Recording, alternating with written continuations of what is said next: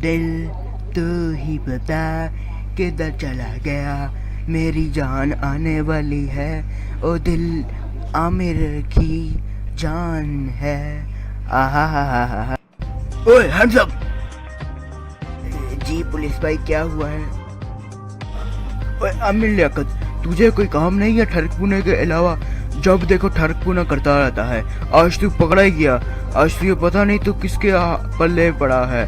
चल तू मेरे साथ चल।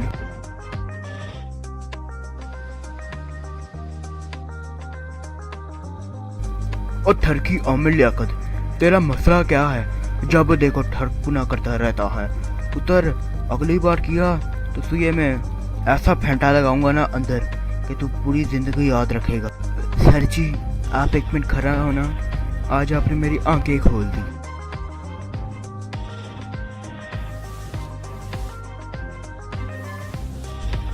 सर जी अब बेफिक्र हो जाएं, अब मैं दोबारा कभी नहीं करूँगा। शाबाश, अब लगता है तुम सुधर गए हो।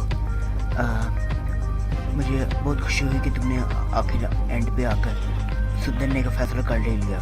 ओके तुम जा सकते हो, बहुत शुक्रिया। तुम बहुत खूबसूरत हो, मुझे खूबसूरत लड़कियाँ बहुत पसंद है। तुम अपने बाप को ना बताना, हम वो जो पुलिस है फ्राइडे वाला, please. I am very handsome boy, you know, thank you so much। अगर आप समझते हैं कि आमिर सुधर गया था, वो आपकी बहुत बड़ी बेवकूफ़ी थी।